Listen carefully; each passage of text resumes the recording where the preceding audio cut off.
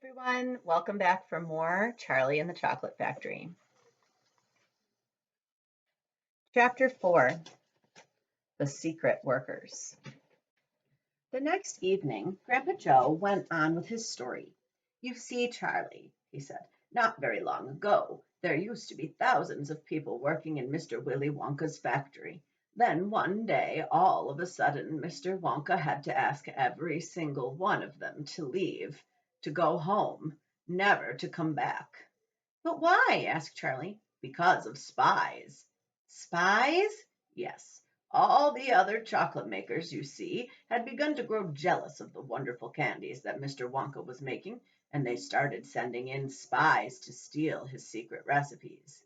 The spies took jobs in the Wonka factory, pretending that they were ordinary workers, and while they were there, each one of them found out exactly how a certain special thing was made. And did they go back to their own factories and tell? Asked Charlie. They must have, answered Grandpa Joe, because soon after that, Pickle Grubber's factory started making an ice cream that would never melt, even in the hottest sun. Then Mr. Prodnose's factory came out with a chewing gum that never lost its flavor, however much you chewed it. And then Mr. Slugworth's factory began making candy balloons that you could blow up to huge sizes before you popped them with a pin and gobbled them up, and so on and so on. And Mr. Willy Wonka tore his beard and shouted, "This is terrible! I shall be ruined! There are spies everywhere! I shall have to close the factory!" But he didn't do that, Charlie said. Oh, yes, he did. He told all the workers that he was sorry, but they would have to go home. Then he shut the main gates and fastened them with a chain, and suddenly Wonka's giant factory became silent and deserted. The chimneys stopped smoking, the machines stopped whirring, and from then on not a single chocolate or candy was made. Not a soul went in or out, and even Mr. Willy Wonka himself disappeared completely. Months and months went by, Grandpa Joe went on, but still the factory remained closed, and everybody said, "Poor Mr. Wonka, he was so nice and he made such marvelous things, but he's finished now. It's all over." Then something astonishing happened. One day, early in the morning, thin columns of white smoke were seen to be coming out of the tops of the tall chimneys of the factory. People in the town stopped and stared. "What's going on?" they cried. "Somebody's lit the furnaces. Mr. Wonka must be opening up again."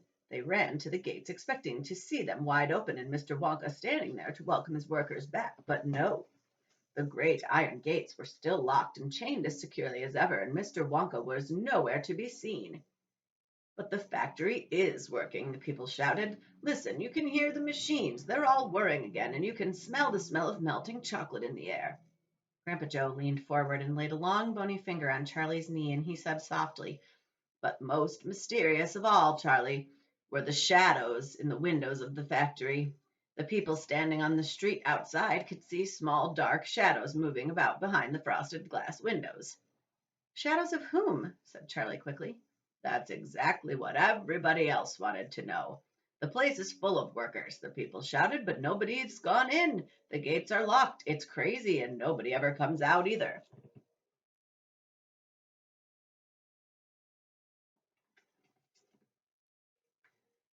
"But there was no question at all," said Grandpa Joe, "that the factory was running, and it's gone on running ever since. For those last 10 years. What's more, the chocolates and candies it's been turning out have become more fantastic and delicious all the time. And of course now, when Mr. Wonka invents some new and wonderful candy, neither Mr. Ficklegrubber nor Mr. Prodnose nor Mr. Slugworth nor anybody else is able to copy it. No spies can go into the factory to find out how it is made." "But, Grandpa, who?" cried Charlie. "Who is Mr. Wonka using to do all the work in the factory?" "Nobody knows, Charlie." "But that's absurd. Hasn't someone asked Mr. Wonka?" "Nobody sees him any more. He never comes out. The only things that come out of that place are chocolates and candies. They come out through a special trap door in the wall, all packed and addressed, and they're picked up every day by the post office trucks." "But, Grandpa, what sort of people are they that work there?" "My dear boy," said Grandpa Joe, "that is one of the great mysteries of the chocolate-making world. We know only one thing about them. They are very small. The faint shadows that sometimes appear behind the windows, especially late at night when the lights are on, are those of tiny people, people no taller than my knee." "There aren't any such people," Charlie said. Just then Mr. Bucket, Charlie's father, came into the room. He was home from the toothpaste factory, and he was waving an evening newspaper rather excitedly. "Have you heard the news?" he cried. He held up the paper so they could see with the huge headline. The headline said, "Wonka Factory to be opened at last to lucky few." Chapter 5, The Golden Tickets. "You mean people are actually going to be allowed to go inside the factory?"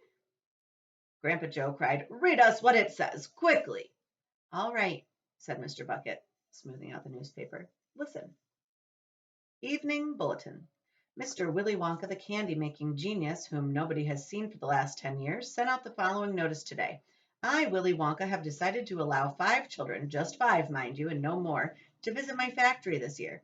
These lucky 5 will be shown around personally by me, and they will be allowed to see all the secrets and the magic of my factory. Then at the end of our tour, as a special present, all of them will be given enough chocolates and candies to last them for the rest of their lives. So watch out for the golden tickets. 5 golden tickets have been printed on golden paper, and these 5 golden tickets have been hidden underneath the ordinary wrapping paper of 5 ordinary candy bars.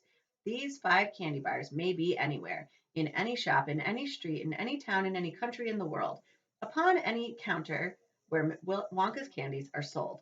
And the 5 lucky finders of these 5 golden tickets are the only ones who will be allowed to visit my factory and see what it's like now inside. Good luck to you all, and happy hunting. Signed, Willy Wonka." "The man's dotty," muttered Grandma Josephine. "He's brilliant," cried Grandpa Joe. "He's a magician. Just imagine what will happen now. The whole world will be searching for those golden tickets. Everyone will be buying Wonka's candy bars in the hope of finding one. He'll sell more than ever before. Oh, how exciting it would be to find one. And all the chocolate and candies that you could eat for the rest of your life, free," said Grandpa George. "Just imagine that." "They'd have to deliver them in a truck," said Grandma Georgina. "It makes me quite ill to think of it," said Grandma Josephine.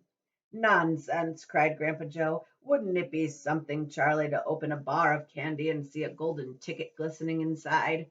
"It certainly would, Grandpa, but there isn't a hope," Charlie said sadly. "I only get 1 bar a year." "Oh, you never know, darling," said Grandma Georgina. "It's your birthday next week. You have as much chance as anybody else." "I'm afraid that simply isn't true," said Grandpa George. "The kids who are going to find the golden ticket are the ones who can afford to buy candy bars every day. Our Charlie gets only 1 a year. There isn't any hope." Chapter 6. The First 2 Finders. The very next day, the first golden ticket was found. The finder was a boy called Augustus Gloop, and Mr. Bucket's evening newspaper carried a large picture of him on the front page. The picture showed a 9-year-old boy who was so enormously fat he looked as though he had been blown up with a powerful pump. Great flabby folds of fat bulged out from every part of his body, and his face was like a monstrous ball of dough with 2 small, greedy, currant eyes peering out upon the world. The town in which Augustus Gloop lived, the newspaper said, had gone wild with excitement over their hero. Flags were flying from all the windows. Children had been given a holiday from school, and a parade was being organized in honor of the famous youth. "I just knew Augustus would find a golden ticket," his mother had told the newspaperman. "He eats so many candy bars a day that it was almost impossible for him not to find one. Eating is a hobby, you know. His hobby. That's all he's interested in. But still, that's better than being a hooligan and shooting off zip guns and things like that in his spare time, isn't it? And what I always say is he wouldn't go on eating like he does unless he needed nourishment, would he? It's all vitamins anyway. What a thrill it will be for him to visit Mr. Wonka's marvelous factory. We're just as proud as can be."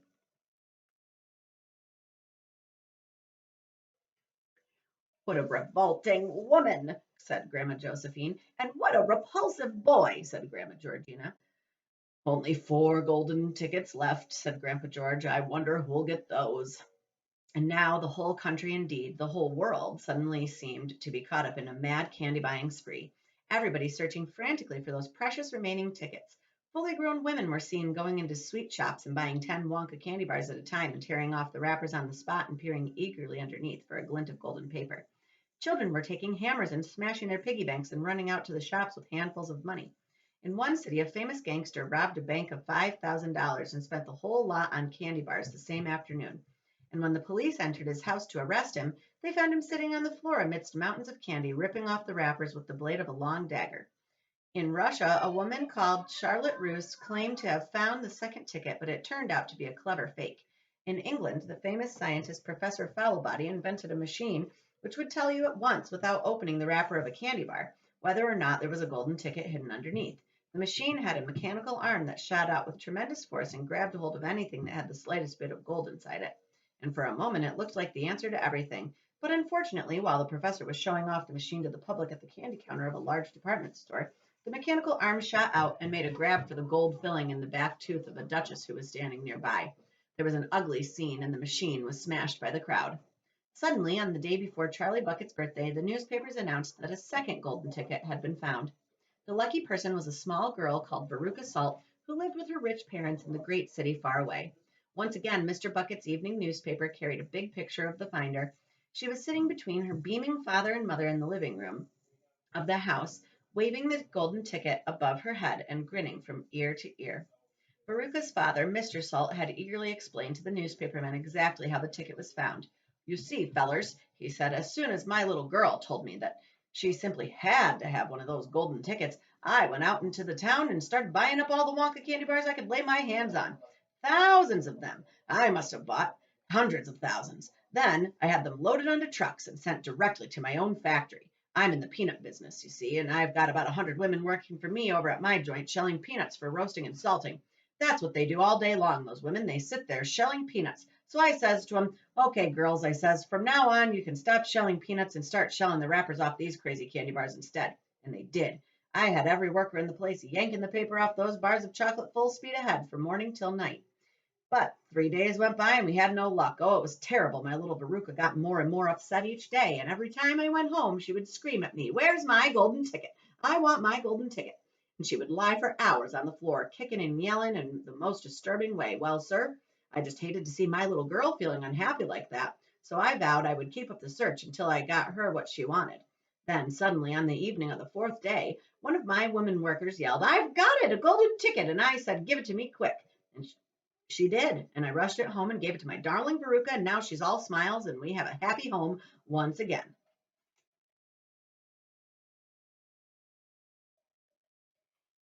That's even worse than the fat boy, said Grandma Josephine. She needs a real good spanking, said Grandma Georgina. I don't think the girl's father played it quite fair, Grandpa. Do you? Charlie murmured. He spoils her, Grandpa Joe said, and no good can ever come from spoiling a child like that, Charlie. You mark my words. Come to bed, my darling, said Charlie's mother. Tomorrow's your birthday. Don't forget that. So I expect you'll be up early to open your present. A Wonka candy bar, cried Charlie. It is a Wonka candy bar, isn't it? Yes, my love, his mother said. Of course it is. Oh, wouldn't it be wonderful if I found the third golden ticket inside? Charlie said. Bring it in here when you get it, Grandpa Joe said. Then we can all watch you taking off the wrapper. And we'll have to see what comes next on Charlie's birthday tomorrow.